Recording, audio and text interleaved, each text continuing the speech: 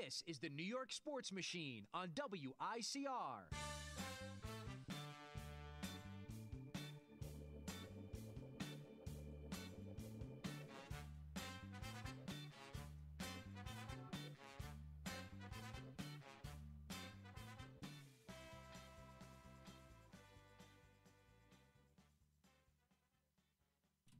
What's up, guys, and welcome to First Touch. My name's Frank DeZenzo alongside my partner Jacobo Aparicio, and we are here to talk to you about everything and anything in soccer.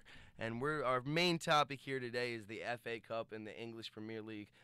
Two huge teams in Chelsea and Manchester City falling in this FA Cup. The results being 4-2 from Chelsea against Bradford City, and for Manchester City, not scoring any goals, a 2-0 loss to Middlesbrough. Now we're going to jump right into this Chelsea game, a world-class team, as I said, first in the English Premier League.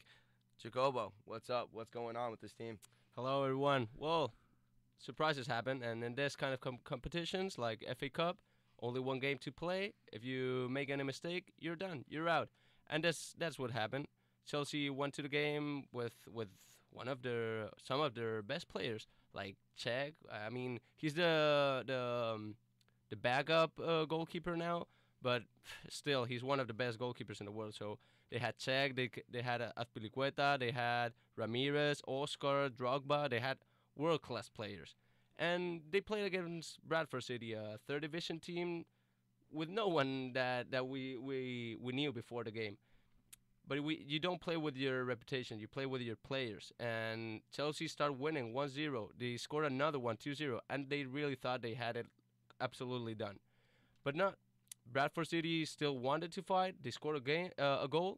And if you make a team like this that's highly motivated because of this game that they're not going to play it ever again, if you give them some motivation, they're gonna use it.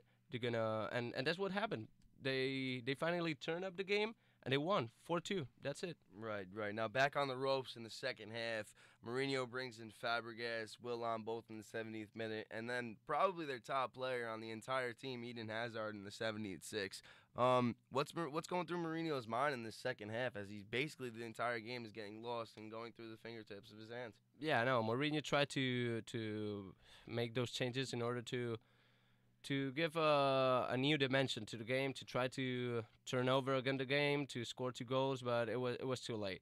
It was the 15th time that Mourinho has lost at his home after 400 games in as a professional coach, and it was the first time ever that a team scored him 4 goals at his home. What means that Bradford City performance was incredible, and Mourinho even went to the Bradford City's locker room to tell the rival players that it was amazing what they have done. So it was pretty remarkable, that also. Definitely an amazing result for Bradford City. Now over to Manchester City, knocked out by Middlesbrough, as I said, 2-0. Explain this one to me, because once again, Manchester City is now second in the English Premier League division, right behind Chelsea, and they're losing to a team that's only in the second division. Talk to me about that. It was a different game. I mean, it's also a big upset, but it was a different game because both teams had a lot of chances. And the difference, what was the difference between one team that had better players, like, I don't know, Silva, like Agüero, like Caballero, like all of those world-class players? What was the difference between this team and Middlesbrough, the goalkeeper?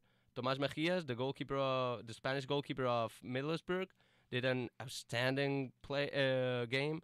He probably the best game he's ever done as a professional player. And well, we already knew he's a good goalkeeper because he's at Middlesbrough in loan from Real Madrid, and he did one of his best games ever. So that was the difference. No goals for Tomás Mejías, 2 goals for Caballero, and Middlesbrough continuing in the competition while the second team in the EPL is out. Right. Now, a couple other results from the FA Cup from this past weekend. Swansea City losing to Blackburn Rovers 3-1. Birmingham taking the loss from West Bromwich Albion 2-1. Cardiff City losing to Reading 2-1 as well. Derby County taking it over Chesterfield 2-0.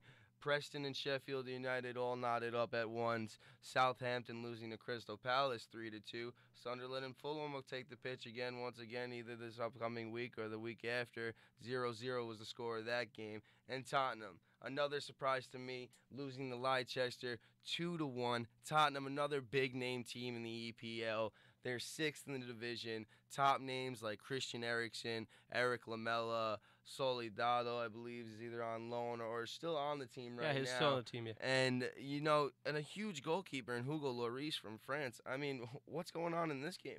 It's mostly the same case. It's a better team with more budget, with more money, it's constantly every summer buying good players, also selling some of them like Bale, but they're receiving a lot of money to make their team again as good as they can. And they also lost at home, so that's it. That's how it works, this competition. You make one mistake, you think for a second that you're better than the other team, and it turns that not. That you have to play the games. You have to play with your players in the grass, in the field where the action comes. And if you're not ready for that, you're out. Right. Well, thank you guys for tuning in to First Touch for this first take on this show. You got to remember the ball can bounce either way on the pitch, and there's a lot to do with soccer rather than just players and potential here. It's got a lot to do with knowing the players, making sure that your team could fight, and taking it all the way to the top, especially in this FA Cup. It's a very big competition in the English Premier League. So thank you guys, and I hope you guys tune in next week for the second go-around on this First Touch. Take it easy.